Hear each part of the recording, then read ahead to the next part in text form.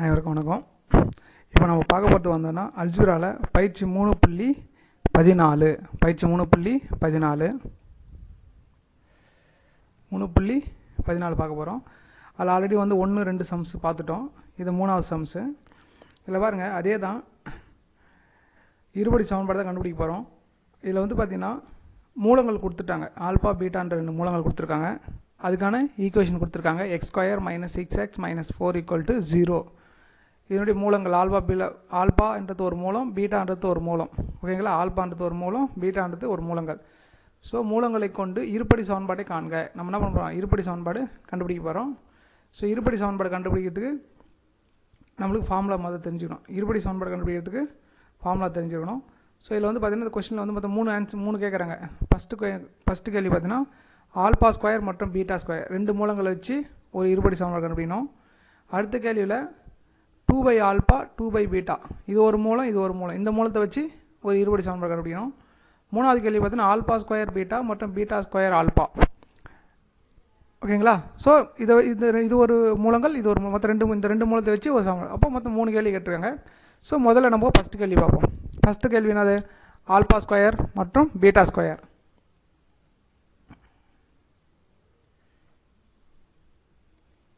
So நான் first கேள்வி எடுத்துட்டோம். ஆல்பா ஸ்கொயர் மற்றும் பீட்டா ஸ்கொயர். ஸோ இங்கே ஆல்பா ஸ்கொயர்ன்றது ஒரு மூலம், பீட்டா ஸ்கொயர்ன்றது ஒரு மூலம். இப்போ நம்ம கொடுத்துக்கிற ஈக்குவேஷன் என்ன பார்த்தீங்கன்னா x² + 6x - 4 = 0. ஸோ நம்ம அதை எடுத்துக்கிட்டு அந்த ஈக்குவேஷன் எடுத்து நம்ம என்ன பண்ணோம்? ஏபிசி வேல்யூ கண்டுபிடிக்கணும். ஏன்னா ஏபிசி வேல்யூ எடுத்தால் தான் நம்ம என்ன பண்ண முடியும்? இந்த ஆல்பா பீட்டாக்கு சம்மு போட முடியும். ஓகேங்களா? ஸோ ஃபஸ்ட்டு என்ன பண்ண போகிறோம்? நம்ம ஈக்குவேஷன் எடுத்துக்கிறோம். x² + 6x - 4 = 0 எடுத்துட்டோம். இது நம்ம ஆல்ரெடி சொல்லியிருக்கோம். இருபடி சமன்பாடின் ஃபார்முலா வந்து என்னது உங்களுக்கு தெரியும் இல்லையா? அது கண்டுபிடிக்கிறதுக்கு சமன்பாடு வந்து இங்கே ஃபார்முலா போட்டிருக்கேன். இந்த ஃபார்முலா போடுறேன் பாருங்கள். இங்கே பாருங்கள், இதுதான் வந்து ax² + bx + c = 0னா ஆல்பா ப்ளஸ் பீட்டா, இது வந்து மூலங்களின் கூடுதல், ஆல்பா பீட்டா மூலங்களின் பெருக்குதல். ஸோ இது ஆல்பா பீட்டா இது மூலங்களின் கூடுதலும் மூலங்களின் பெருக்குதலை கண்டுபிடிக்கிறது நமக்கு என்ன வேணும்? இந்த வேல்யூ -b/a c/a தெரியும். ஸோ அந்த b/a c/a வேல்யூ எதுலேருந்து கண்டுபிடிக்க போகிறோம் அப்படின்னு பார்த்தீங்கன்னா, இப்போ நம்ம கொடுத்துக்கிறாங்க இல்லையா, அந்த x² + 6x - 4 = 0, இதுலேருந்து தான் நம்ம அந்த வேல்யூ கண்டுபிடிக்க போகிறோம். ஏன்னா ax² + bx = c = 0. இந்த ஈக்குவேஷன்லேருந்து தான் இந்த என்ன பண்ணுறோம்? சம் ஆஃப் த ரூட்டும் ப்ரொடக்ட் ஆஃப் த ரூட்டும் கண்டுபிடிக்க போகிறோம். ஸோ இப்போ நம்ம என்ன பண்ண போகிறோம்னா, உங்களுக்கு கம்பேர் பண்ணி பாருங்கள். ax², இங்கே x², அப்போ bxக்கு இடத்துல 6x, cக்கு இடத்துல -4 இருக்குது. அப்போது aன்றது 1, bன்றது 6, cன்றது -4. கரெக்டுங்களா? ஸோ இதான் வந்து அந்த ஈக்குவேஷன்லேருந்து நம்ம எடுக்க போகிற வேல்யூ. 3 வேல்யூ எடுத்துகிட்டு பாருங்கள். a = 1, b = 6, c = -4, 3 வேல்யூ எடுத்துட்டோம். ஸோ இது கொடுத்துக்கிற ஈக்குவேஷன் இந்த வந்து இந்த a, b, c இந்த 3 வேல்யூமே நம்ம இந்த போட போகிற இந்த 3 சம்முக்குமே பொருந்தும். மேலே போட போகிற இந்த 3 சம்முக்குமே பொருந்தும். ஓகேங்களா? ஸோ ஒரே வேல்யூ தான் 3 சம்முக்கும். ஸோ இப்போ நம்ம என்ன பண்ண போகிறோம்? ஃபஸ்ட்டு சம் பார்க்கலாம். ஃபஸ்ட்டு சம் வந்து ஆல்பா ஸ்கொயர் மற்றும் பீட்டா ஸ்கொயர். ஆல்பா ஸ்கொயர்ன்றது ஒரு மூலம், பீட்டா ஸ்கொயர்ன்றது ஒரு மூலங்கள். 2 மூலம் நம்ம எடுத்துக்க போகிறோம். இப்போ நம்ம ஃபஸ்ட்டு கண்டுபிடிக்க போகிறது பார்த்தீங்கன்னா, போகிறதுக்கு முன்னாடி ஆல்பா பீட்டானா என்ன வேல்யூ, ஆல்பா பீட்டா அப்படின்னா பெருக்கலுக்கு என்ன வேல்யூ நம்ம தனியாக கண்டுபிடிச்சி போகிறோம். இங்கே ஃபஸ்ட்டு பாருங்கள், போடுறேன். ஆல்பா ப்ளஸ் பீட்டா, இது வந்து மூலங்களின் என்னது? மூலங்களின் கூடுதல். இது ஒரு மூலம், ஆல்பான்றது ஒரு மூலம், பீட்டான்றது ஒரு மூலம், இது மூலங்களின் கூடுதல். ஸோ மூலங்களின் கூடுதல் = -6. -6 எப்படி வந்தது அப்படின்னு கேட்டிங்கன்னா, -b/a, -b/a மைனஸ் குறி அப்படியே போட்டுறேன். bன்ற வேல்யூ என்னது? 6, a உடைய வேல்யூ 1. ஸோ 6/1 வந்து 6 தான். ஸோ அதனால் நம்ம அது 6ன்னு போட்டால் போதும். அடுத்து நம்ம போட போகிறது ஆல்பா பீட்டா, மூலங்களின் பெருக்கல், மூலங்களின் பெருக்கல் ஆல்பா பீட்டா. ஸோ -4, அது எப்படி -4னா c/a, c உடைய வேல்யூ -4. ஓகேங்களா? c உடைய வேல்யூ -4 அப்படியே போட்டுக்கிறோம். c உடைய வேல்யூ -4 டிவைடட் a வந்து 1. கரெக்டுங்களா? அப்போ -4 / 1 வந்து -4 தான். ஓகேங்களா?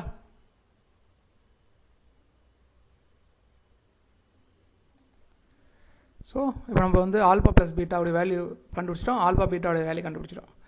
சரி, இப்போ நீங்கள் கேட்கலாம், இருபடி சமன்பாடுடைய ஃபார்முலா வந்து பார்த்தீங்கன்னா sum of the root product of the root தான் நம்ம கண்டுபிடிச்சிட்டுமே.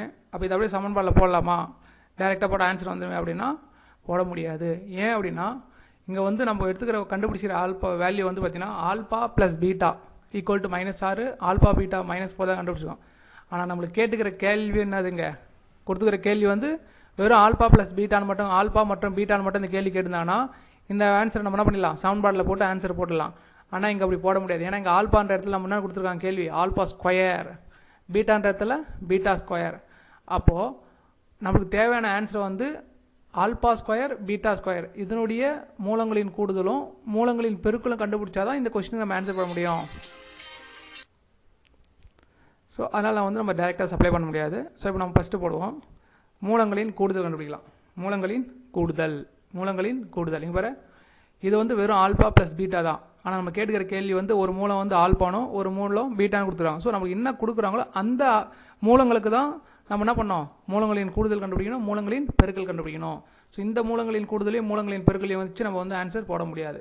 இது எதுக்காக பயன்படுனா இதில் சப்ஸ்டியூட் பண்ணுறதுக்காக இது பயன்படும். இந்த ரெண்டு வேல்யூமே இங்கே இதில் அடுத்த போட பத்தில் சப்ஸ்டியூட் பண்ணுறதுக்காக பயன்படும். ஓகேங்களா? ஸோ புரிஞ்சிச்சிங்களா? இங்கே வந்து என்ன பண்ணுறோன்னா ஒரு மூலங்களின் கூடுதல் ஃபஸ்ட்டு மூலங்களின் கூடுதல் கண்டுபிடிக்க போகிறோம்.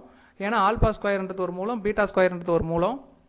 So alpha square plus beta square ரெண்டுத்தையும் என்ன பண்ண போகிறோம் ஆட் பண்ண போகிறோம். மூலங்களின் கூடுதல் என்ன அர்த்தம் ஆட் பண்ண போகிறோம். ஸோ ஆட் பண்ணி போட்டாச்சு. இப்போ உங்களுக்கு ஏற்கனவே தெரியும் A square plus B square formula என்னன்னு தெரியும் உங்களுக்கு.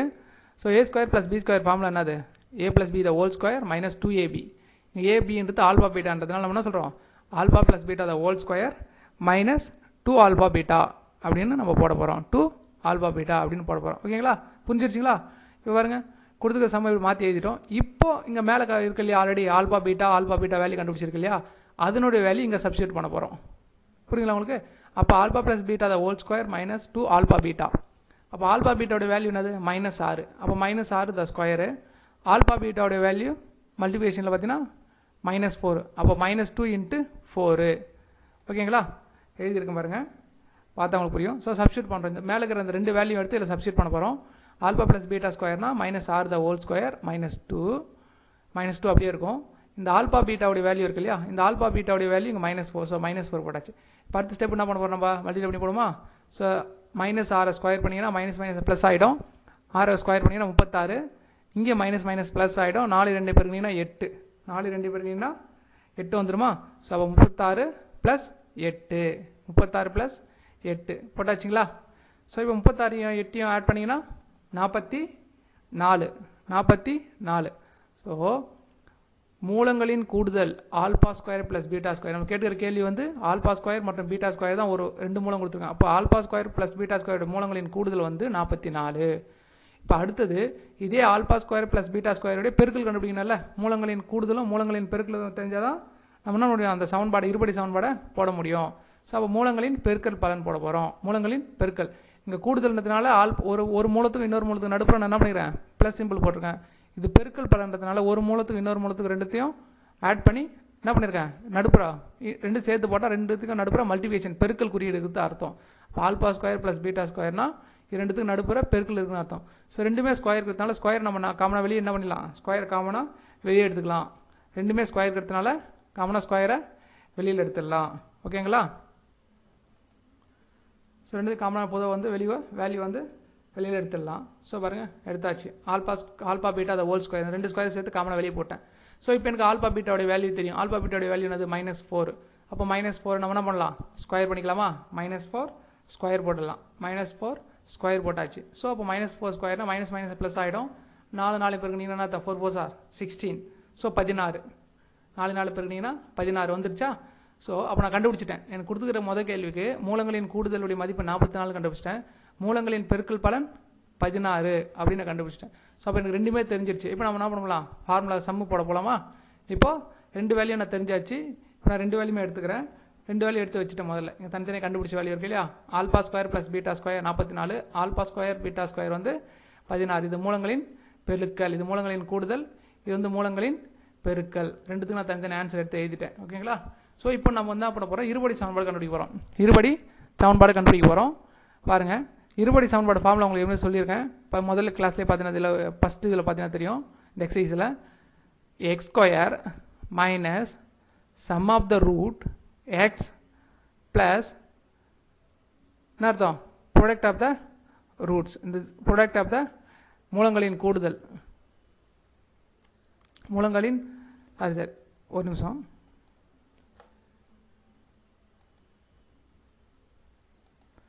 ஃபார்முலா இருபடி சமன்பாடு பார்த்தீங்கன்னா எக்ஸ் ஸ்கொயர் மைனஸ் மூலங்களின் கூடுதல் எக்ஸ் ஸ்கொயர் மூலங்களின் கூடுதல் எக்ஸ் ப்ளஸ் மூலங்களின் பெருக்கல் ஈக்குவல் டு 0. இதான் இருபடி சமன்பாடு. ஸோ உங்களுக்கு ஆல்ரெடி ஃபஸ்ட் பேஜில் கொடுத்துருக்கேன் பாருங்கள். இருந்தாலும் ஃபார்முலா நம்ம எழுதிக்கிறோம். ஸோ எக்ஸ் ஸ்கொயர் மைனஸ் மூலங்களின் கூடுதல் எக்ஸ் ப்ளஸ் மூலங்களின் பெருக்கல் ஈக்குவல் டு 0. இந்த மூலங்களின் கூடுதல்ன்றது நம்ம கண்டுபிடிச்சு இல்லையா? இந்த மூலங்களின் கூடுதல் அது 44. அதான் இங்கே எடுத்து கீழே எழுதியிருக்கேன். மூலங்களின் பெருக்கல் வந்து 16. மூலங்களின் பெருக்கல் 16. ஸோ இதை நம்ம இதில் சப்ஸ்டியூட் பண்ண போகிறோம், பிரதியிட போகிறோம். பாருங்கள், எக்ஸ் ஸ்கொயர் மைனஸ் மூலங்களின் கூடுதல் வேல்யூ என்னது 44. ஸோ 44 எக்ஸ், இங்கே எக்ஸ் இருந்தால் அந்த எக்ஸ் அப்படியே வந்துடும், ப்ளஸ் மூலங்களின் பெருக்கல் வந்து 16. ஸோ அந்த 16 வந்து நம்ம அப்படியே போட்டுடலாம் ஈக்குவல் டு 0. அப்போ நமக்கு தேவையான சமன்பாடு பார்த்தீங்கன்னா X square minus 44 X plus 16 equal to 0. இதுதான் நமக்கு தேவையான சமன்பாடு.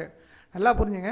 நம்மளுக்கு கொடுத்துக்கிற வேல்யூ, நம்மளுக்கு கொடுத்துக்கிற அது கேள்வி கேட்குறாங்க இல்லையா, அது என்னவோ அதை தான் நம்ம ஒரு மூலமாக எடுத்துக்கிறோம். ஸோ அதை எடுத்து தான் நம்ம இப்போ நீங்கள் போட போகிற அடுத்த 2 சம்முமே அப்படி தான். இப்போ இங்கே ஃபஸ்ட்டு சம் நம்ம எப்படி ஆல்பா ஸ்கொயர் ஒரு மூலமோ பீட்டா ஸ்கொயர் ஒரு மூலமாக எடுத்து போட்டோமோ, அதே மாதிரி செகண்ட் சம்மும் தேர்ட் சம்மும் போட போகிறோம். அது 2 சம்முக்குமே என்ன பண்ண போகிறோம், ஃபஸ்ட்டு ரெண்டுத்துக்குமே இந்த வேல்யூ காமன் தான். அதில் அடுத்து என்ன பண்ணோம்னா மூலங்களின் கூடுதல், அதுக்கு மூலங்களின் பெருக்கல் ரெண்டுத்தையும் கண்டுபிடிப்போம். கண்டுபிடிச்சிட்டு இந்த சப்ஸ்டியூட் இருபடி சமன்பாட்டில் போட்டோம்னா தேவையான பிரதி என்னன்னா கண்டுபிடிச்ச வேல்யூவை இருபடி சமன்பாட்டில் சப்ஸ்டியூட் பண்ணோம்னா நமக்கு தேவையான சமன்பாடு கிடைச்சிடும். ஃபார்முலாவில் போட்டோம்னா தேவையான சமன்பாடு கிடைச்சிடும். ஸோ இப்போ நம்ம ஒரு சம் முடிச்சிட்டோம். இப்போ நம்ம என்ன பண்ண போகிறோம், ரெண்டாவது சம் பார்ப்போம். இதில் ரெண்டாவது சம் என்னது 2 டிவைடட் ஆல்பா மற்றும் 2 டிவைடட் பீட்டா, 2 வேல்யூ 2 மூலங்கள் கொடுத்துருக்காங்க. ஸோ இந்த 2 மூலத்தை வச்சு நம்ம எப்படி போகிறோம்னா இப்போ அடுத்த சம்மில் பார்ப்போம்.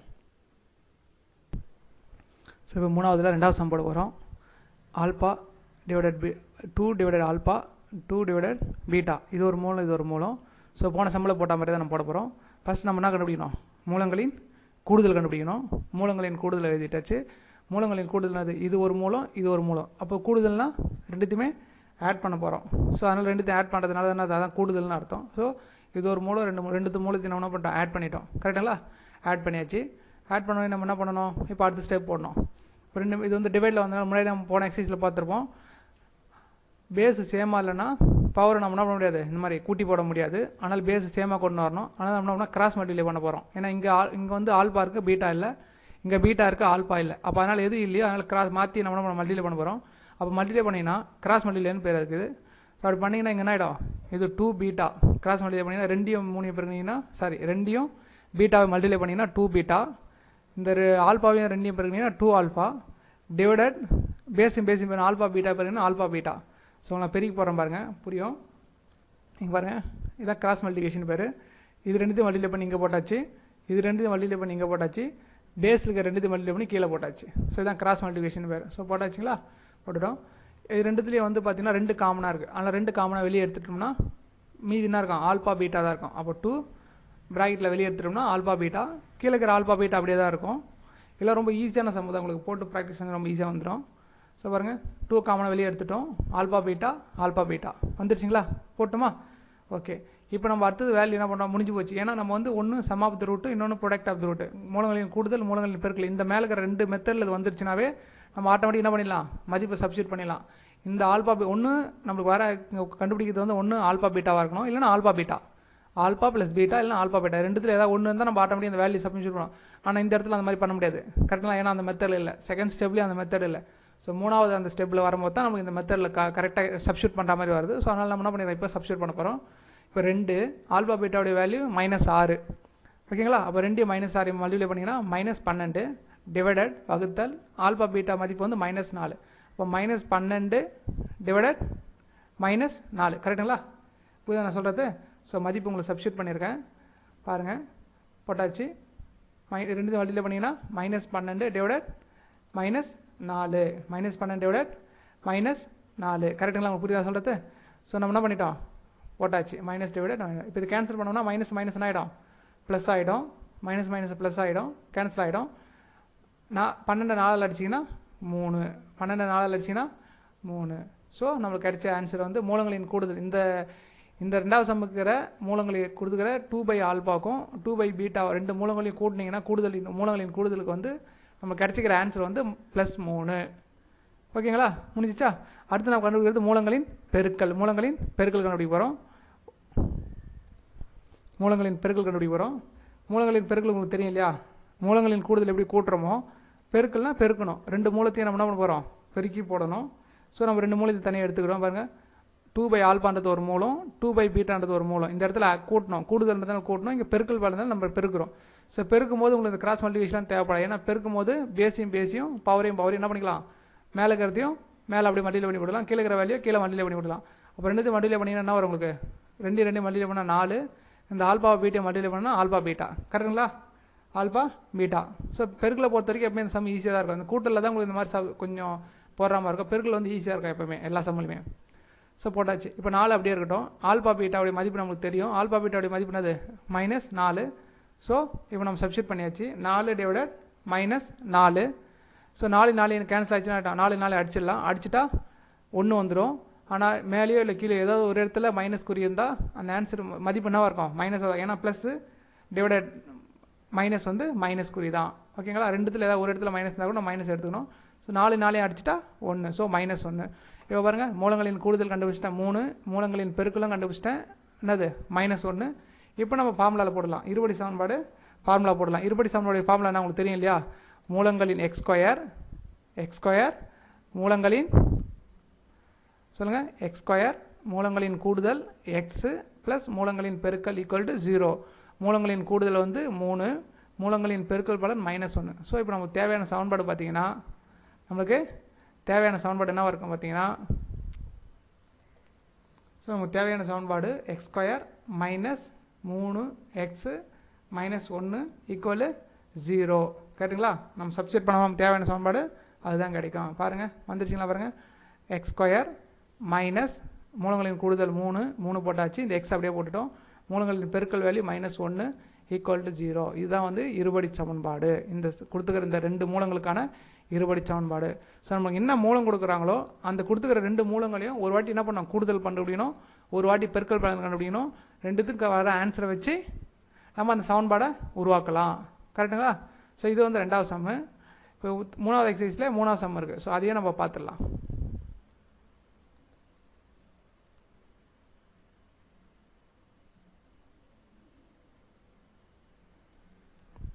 ஸோ 3வது சம் பார்த்தீங்கன்னா ஆல்பா ஸ்கொயர் பீட்டான்றது ஒரு மூலம், பீட்டா ஸ்கொயர் ஆல்பான்றது இன்னொரு மூலம். இது 2 மூலம். ஓகேங்களா? ஸோ இந்த 2 மூலத்தை வச்சு நம்ம போட போகிறோம். ஸோ நமக்கு ஏற்கனவே தெரியும் எப்படி கண்டுபிடிக்கணும். மூலங்களின் ஃபஸ்ட்டு என்ன பண்ணோம்? மூலங்களின் கூடுதல் போடணும். ஃபஸ்ட்டு மூலங்களின் கூடுதல் போட போகிறோம்.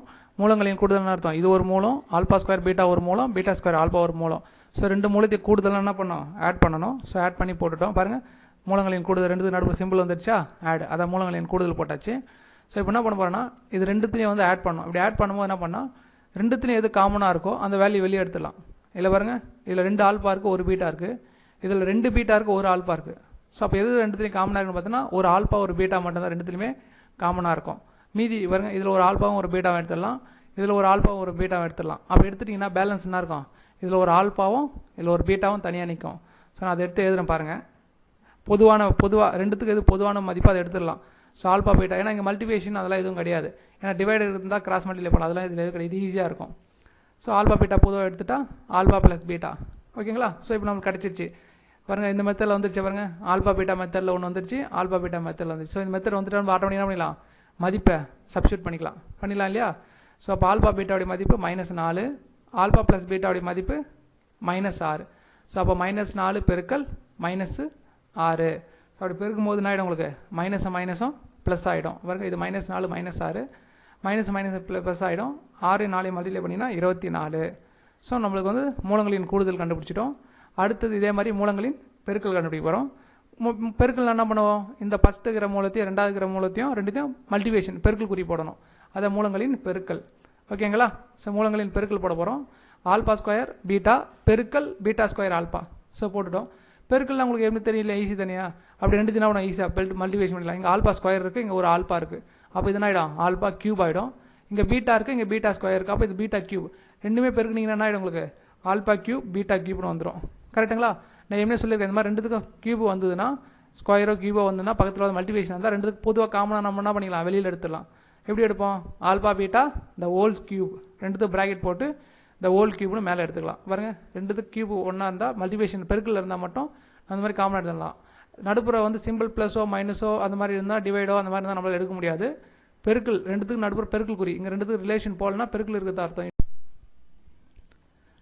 ஸோ ரெண்டுத்துக்கும் கியூப் காமனாக இருந்ததுனால ரெண்டுத்துக்கு என்ன பண்ண ஆல்பா ப்ளஸ் பீட்டா கியூப் வந்து காமனாக வெளியே எடுத்துடலாம். ஸோ எடுத்தாச்சு.